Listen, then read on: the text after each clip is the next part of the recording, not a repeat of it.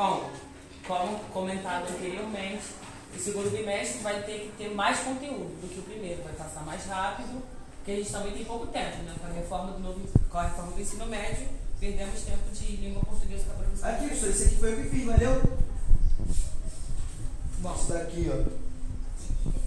o conteúdo muito importante que vai ser dado nesse bimestre é argumentação. Tá? E com a argumentação a gente precisa saber das tipologias textuais antes de entrar nesse tema, antes de se aprofundar. Então eu vou descrever para vocês as 5 tipologias textuais e no final eu proponho uma tarefa para a gente fazer e entregar rapidamente. Bom, bora lá. Bom, a primeira tipologia textual que eu vou citar é o narrativo. O texto narrativo, ele tem a característica de narrar acontecimentos, tá? Então ele vai ter seus personagens, ele vai ter personagens fictícios, verídicos, vai ter lá uma ordem cronológica ou psicológica e tem seu tempo, espaço, personagens, narrador, modo, motivo e resultado. O exemplo que eu vou dar é o conto da Clarice Lispector, Uma Galinha, que a gente leu ano passado no clube de leitura com a professora Fernanda. Tá bom? Tem personagem, tem narração. Essas são as características do texto narrativo. Tá bom? A próxima, a segunda que eu vou comentar é sobre o texto descritivo. O texto descritivo, ele vai, como o nome já diz, ele vai descrever alguma coisa. Então, eu vou usar como exemplo reportagens, biografias, lista de compras, relatos históricos ou sobre viagens. Então, sempre vai estar descrevendo.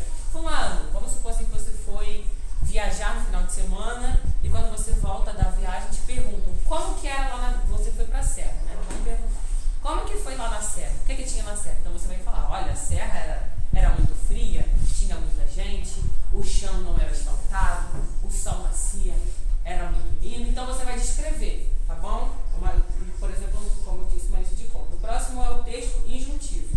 O texto injuntivo, ele vai ser caracterizado por fornecer instrução para quem está lendo. Então ele pode ser uma receita, ele sempre vai ter os verbos no imperativo. Cozinhe, corte, mexa, besunte, enfim, serão os verbos no imperativo, tá bom? Então ele tem pedidos, prescrição médica, esses são os exemplos, tá bom? Ele sempre vai estar, vai ser apelativo, sempre vai estar assim falando para você fazer alguma coisa, te indicando. Já foi o narrativo, o injuntivo, agora o dissertativo, tá? Esse vai ser muito importante para o que a gente vai ver lá na frente. O dissertativo, ele vai defender uma ideia a partir da argumentação, tá bom? Por isso que a redação do Enem, de vestibulares, são dissertativas argumentativas, porque está lá debatendo, vai tentar te convencer com uma argumentação. Então, a argumentação não pode ser feita a partir do senso comum, por exemplo. Vamos colocar assim, por que o céu é azul? Porque Deus quis assim. Não, tem uma ciência por trás disso e, enfim, né? Tem como argumentar. Então não pode ser qualquer coisa, pronto, acabou. Se você fizer isso numa redação de Enem, não zera, né? Você vai tirar uma nota baixíssima, vai perder ponto por estar irmando uma competência que deveria saber. Por fim não. Temos agora o texto descritivo. O texto descritivo já foi, né? Perdão. Vai agora o texto expositivo. O texto expositivo, ele é fundamentado pela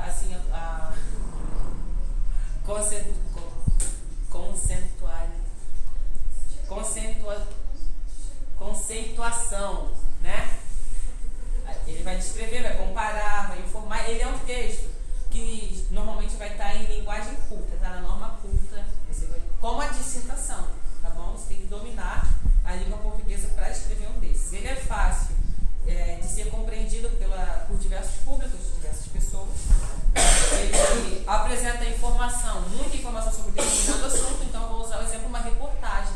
Pode ser considerado uma reportagem, que ele vai trazer informações sobre, por exemplo, Conceição Evaristo, escritora desse livro. Vamos fazer uma reportagem Não, vou usar como exemplo a Rita Lee. Rita Lee morreu tem pouco tempo e saíram uma série de reportagens sobre a Rita, sobre sua trajetória, enfim, o tema central vai ser a Rita Lee, né? Então esse é um exemplo de texto expositivo, ele vai expor determinado assunto ou opinião também? Não, então é objetivo, não é subjetivo. que a Objetividade. objetividade é aquele texto que não tem opinião. Por exemplo, texto jornalístico. Então ele não vai dar a opinião do jornalista, mas sim vai direto aos fatos que ocorreram. Já o subjetivo, o subjetivo, ele vai sim ter a opinião, ele vai ser emotivo, né? Porque o autor vai estar dizendo como ele viu, pode ser usado também de exemplo um ponto de vista, não é? Que é subjetivo. Sim. Enfim, faltou algum, professor? Narrativo, descritivo, dissertativo, expositivo e injuntivo. Faltou algum? Não. Não? Então, a atividade que eu proponho para a gente fazer, vocês podem fazer no Google Docs, no Canva, na forma que vocês acharem melhor, mas o que importa é ser entregue a atividade, né? Que é trazer um exemplo desses textos de tipologia cristã. Então, você vai